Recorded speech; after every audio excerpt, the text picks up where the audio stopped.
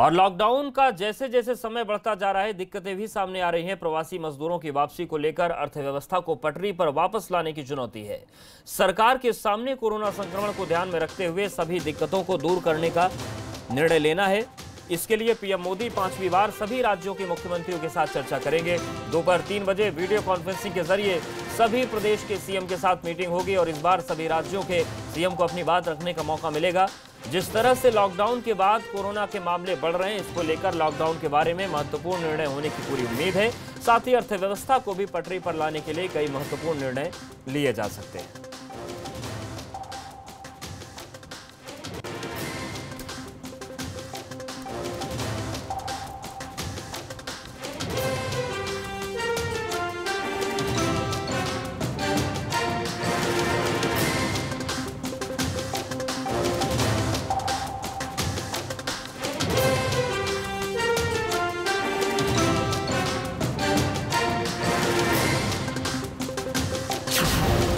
Corona काल में CM के साथ पीएम की 5वीं बैठक।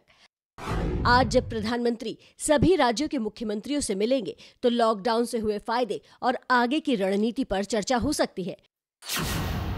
कोरोना काल में अब तक प्रधानमंत्री 20 मार्च, 2 अप्रैल, 11 अप्रैल और 27 अप्रैल को मुख्यमंत्रियों के साथ बैठक कर चुके हैं।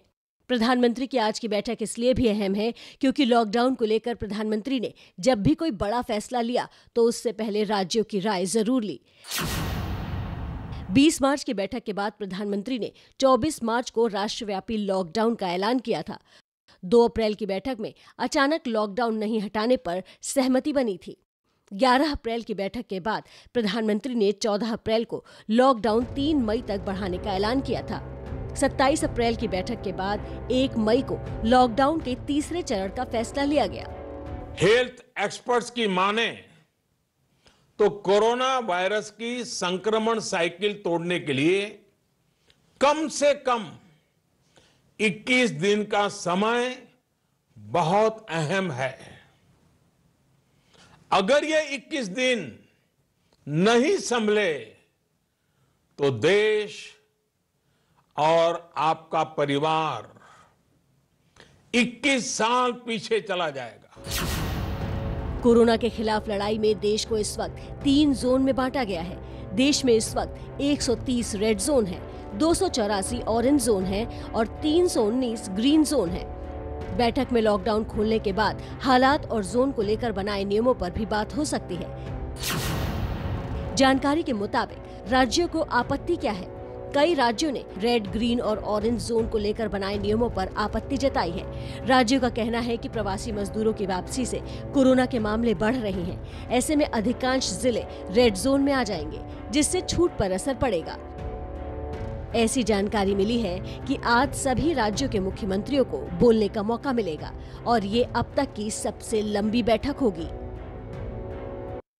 तो अब तक की सबसे लंबी बैठक होगी, सबसे महत्वपूर्ण बैठक होगी, क्योंकि लॉकडाउन को 3 बार बढ़ाने के बाद भी जो नतीजा है वो बहुत सकारात्मक नहीं है। सीधे रुख करते हैं लखनऊ का। हमारे ब्यूरो चीफ वीरेश पांडे हमारे साथ जुड़ गए। वीरेश जी, ये जो मीटिंग होगी प्रधानमंत्री के साथ, सभी राज्यों के मुख्यमंत्रियों को बोलने का मौका मिलेगा। लड़ाई बहुत बड़ी है, बहुत सारे राज्य पहले ही आर्थिक पैकेज की डिमांड कर चुके हैं।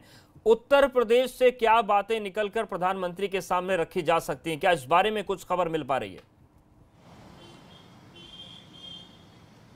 देखिए, आज क्या संवाद स्थापित किया जाएगा, क्या रणनीति होगी और किस तरह के सुझाव उत्तर प्रदेश के मुख्यमंत्री योगी आदित्यनाथ प्रधानमंत्री को देंगे।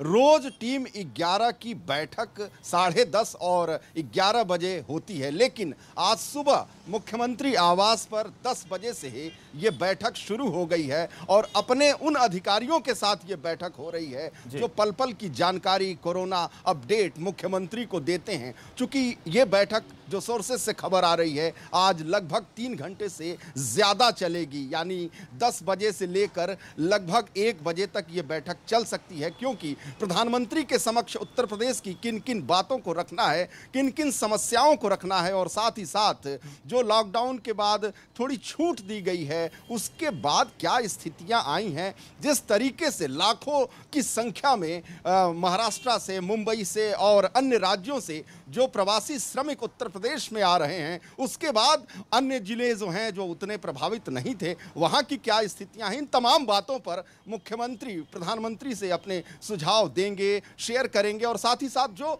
महत्वपूर्ण पॉइंट्स है वो 8 हैं जो आज सभी मुख्यमंत्रियों से प्रधानमंत्री की होनी है। और मैं दर्शकों को बताना चाहूंगा वो महत्वपूर्ण पॉइंट है। पहला, 17 मई के बाद क्या लॉकडाउन को बढ़ाया जाए या नहीं।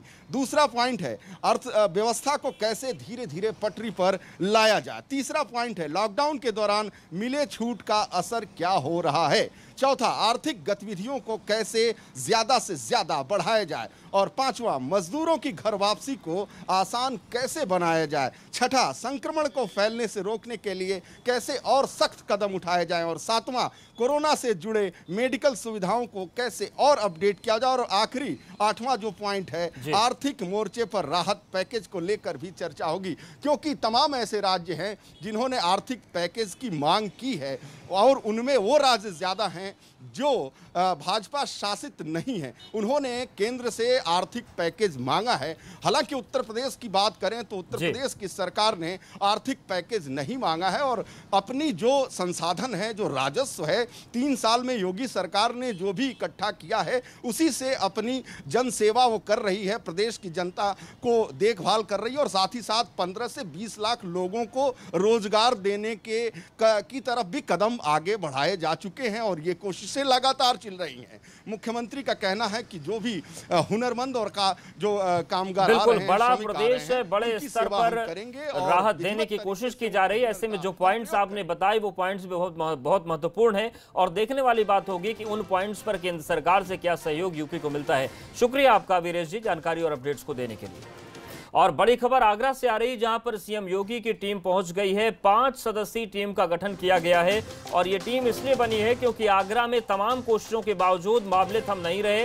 आंकड़ा 800 को छूने वाला है और इतना ही नहीं, अब जो कोरोना की दस्तक है वो जेल के भीतर तक हो गई है। जेल के कैदी भी कोरोना पॉजिटिव कल पाए गए। बड़ी संख्या में एक कैदी की मौत भी हो चुकी है। इन सब के बीच बढ़ते कोरोना मामलों को लेकर जो टीम गठित की है मुख्यमंत्री योगी आदित्यनाथ ने, वो आगरा पहुंच चुकी है। और अब देखने वाली बात होगी कि क्या रणनीति यहां से सामने आती है और किस रणनीति के साथ आगरा को बचाया जाता है, क्योंकि आगरा इस वक्त संकट के सबसे बड़े पहाड़ पर खड़ा है। मामला कोरोना संक्रमित मरीजों का 800 पहुंचने वाला है और अभी तक जितनी कोशिशें हैं वो सभी नाकाम साबित हो रही हैं। मामले बहुत तेजी के साथ बढ़ रहे हैं।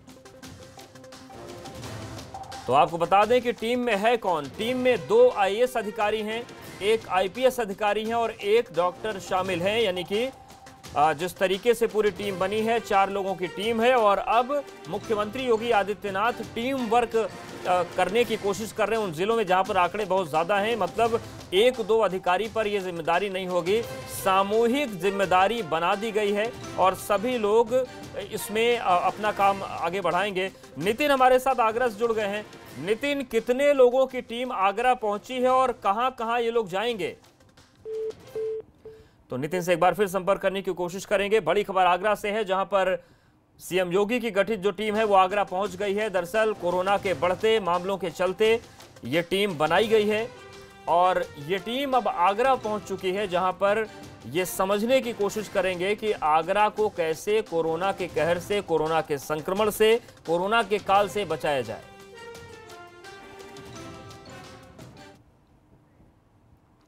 लॉकडाउन में जो लोग पिछले करीब 1.5 महीने से कहीं फंसे हैं वो अपने घर लौटना चाहते हैं। वो कल से ट्रेन के जरिए यात्रा कर सकते हैं। भारतीय रेलवे कल यानी कि 12 मई से ऐसे ही 15 शहरों में ट्रेनें चलाने जा रही है जहां कोरोना का खतरा थोड़ा कम है। रेल मंत्रालय ने इसे लेकर एक विस्तृत योजना बना ली है। शुरुआत में कम संख्या में ही ट्रेनों का संचालन होगा और इस दौरान लोगों को स्वास्थ्य और कोरोना संक्रमण की जांच भी की जाएगी। केवल कंफर्म टिकट वाले यात्रियों को ही स्टेशन में प्रवेश करने की अनुमति होगी और ये सभी ट्रेन स्पेशल ट्रेनें होंगी जिन्हें नई दिल्ली से देश के अलग अलग 15 हिस्सों में चलाया जाएगा। दिल्ली, मुंबई, रांची और पटना के लिए स्पेशल ट्रेन चलाने की तैयारी है। रिजर्वेशन के लिए बुकिंग आज शाम 4 बजे से शुरू हो रहा है, लेकिन यह भी आपको ख्याल रखना होगा कि बुकिंग सिर्फ IRCTC की वेबसाइट के जरिए ही होगी। स्टेशन पर टिकट बुकिंग की खिड़कियां बंद रहेंगी। प्लेटफॉर्म टिकट सहित कोई भी काउंटर टिकट जारी नहीं होगा।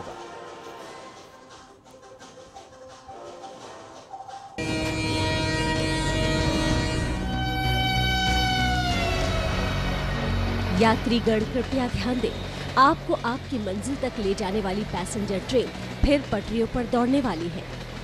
49 दिन, 7 हफ्ते, 1176 घंटे की महाबंदी के बाद सरकार ने 12 मई यानी कल से पैसेंजर ट्रेन चलाने का फैसला किया है। खुद रेल मंत्री पीयूष गोयल ने ट्वीट कर ये खुशखबरी दी। रेलवे 12 मई से धीरे धीरे पैसेंजर ट्रेनों को चलाने की योजना बना रहा है। शुरू में 15 जोड़ी स्पेशल ट्रेन चलाई जाएंगी। ये ट्रेन नई दिल्ली से शुरू होंगी और देश के अलग अलग स्टेशनों तक जाएंगी। स्पेशल ट्रेन की बुकिंग 11 मई यानी सोमवार से शाम 4 बजे से शुरू होगी। रेलवे ने कल से जिन 15 रूटों पर ट्रेन चलाने की तैयारी की है वो है दिल्ली से पटना, दिल्ली से रांची, दिल्ली से मुंबई, दिल्ली से जम्मू, दिल्ली से चेन्नई, दिल्ली से बेंगलुरु, दिल्ली से तिरुवनंतपुरम, दिल्ली से डिब्रूगढ़, दिल्ली से भुवनेश्वर, दिल्ली से सिकंदराबाद, दिल्ली से मडगांव, दिल्ली से अगरतला, दिल्ली से बिलासपुर, दिल्ली से हावड़ा। बड़ी बात यह है कि अगर आप इन रूट्स पर यात्रा करना चाहते हैं तो आपको IRCTC की वेबसाइट www.irctc.co.in पर या IRCTC के मोबाइल ऐप पर ही टिकटों की ऑनलाइन बुकिंग करानी पड़ेगी, जिसकी शुरुआत आज शाम 4 बजे से होगी। याद रखिए, टिकट काउंटर से बुकिंग नहीं होगी। जिनको कंफर्म टिकट मिलेगा वही यात्रा कर पाएंगे। सिर्फ AC कोच वाली ट्रेनें चलेंगी। ट्रेनों का किराया राजधानी एक्सप्रेस वाला होगा। इन ट्रेनों में जनरल बोगी नहीं होगी। इन ट्रेनों के लिमिटेड स्टॉपेज होंगे। ट्रेन का नया टाइम टेबल आज जारी किया जाएगा। कोरोना संकट में ट्रेन से सफर के लिए आपको ये बातें भी जान लेना बेहद जरूरी है। यात्रा से कम 1 घंटे पहले स्टेशन पहुंचना होगा। स्क्रीनिंग के बाद बिना लक्षण वाले लोगों को ही मिलेगी यात्रा की अनुमति। मास्क पहनना सभी यात्रियों के लिए अनिवार्य होगा। सभी के मोबाइल फोन में आरोग्य सेतु ऐप भी अनिवार्य। टिकट बुकिंग में किसी भी तरह की रियायत नहीं मिलेगी। तत्काल, प्रीमियम तत्काल और करंट बुकिंग नहीं होगी। ट्रेन में कंबल, चादर की सुविधा यात्रियों को नहीं मिलेगी। ट्रेन में पैंट्री कार नहीं होगी। सफर में खाने पीने का कोई सामान नहीं मिलेगा। आपको अपना खाना खुद लेकर चलना होगा। सबसे बड़ी बात जो आपको ख्याल रखना है, पहला तो ये कि टिकटों की ऑनलाइन बुकिंग होगी, इसलिए स्टेशन जाने की कतई जरूरत नहीं है। दूसरा ये कि दिल्ली से सिर्फ 15 जगहों के लिए 15 ट्रेनें चलाई जा रही हैं। याद रखिए कि इन 15 पैसेंजर ट्रेनों का मजदूरों के लिए चलाई जा रही श्रमिक ट्रेनों से कोई लेना देना नहीं है। श्रमिक ट्रेनें पहले से तय टाइम टेबल के मुताबिक चलती रहेंगी। और सीधे रुख करते हैं दिल्ली का, जहां पर ABP गंगा संवाददाता अविनाश तिवारी हमारे साथ जुड़ गए हैं। अविनाश, कई सवाल लोगों के मन में हैं ट्रेनों के संचालन को लेकर कि किसे स्टेशन में एंट्री मिलेगी, किसे नहीं मिलेगी, टिकट कैसे मिलेगा और क्या क्या इंतजाम और सुविधाएं ट्रेन और स्टेशन पर मिलेगी। देखिए उद्देश, अगर बात करें तो जो टिकट है, टिकट केवल IRCTC की ऑनलाइन वेबसाइट से मिलेगा। जिसकी टिकट कंफर्मेशन होगी, यानी कि जिसकी बुकिंग कंफर्म होगी, वही दिल्ली रेलवे स्टेशन आ सकता है। मैं एक बार आपको नई दिल्ली रेलवे स्टेशन का नज़ारा दिखाना चाहूँगा। पूरी तरीके से सील कर दिया गया है। यहाँ पे कोई भी आ जा नहीं सकता है। यानी कि अगर कोई सोचे कि हम यहाँ पे जाकर टिकट खरीद सकते हैं या फिर अपने मन से जा सकते हैं, तो ऐसा संभव नहीं होगा, क्योंकि स्टेशन पूरी तरीके से ये सील है। यहाँ पे सिर्फ उन्हीं यात्रियों को कल आने दिया जाएगा जिनकी टिकट बुकिंग कन्फर्म होगी, यानी कि जो आज IRCTC की वेबसाइट से अपना टिकट बुक कराएंगे और जिनकी टिकट कन्फर्म होगी, केवल उन्हीं को यहाँ पे आने दिया जाएगा। अन्यथा और कोई नहीं आ जा सकता है नई दिल्ली रेलवे स्टेशन पे।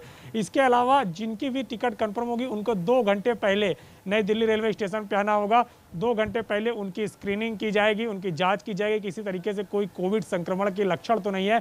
इसके अलावा मोबाइल में उनके आरोग्य सेतु ऐप है या नहीं है, ये तमाम सारी जांच करने के बाद ही उनको स्टेशन के अंदर प्रवेश करने की अनुमति मिलेगी, जिसके बाद वो ट्रेन पे चढ़ सकेंगे।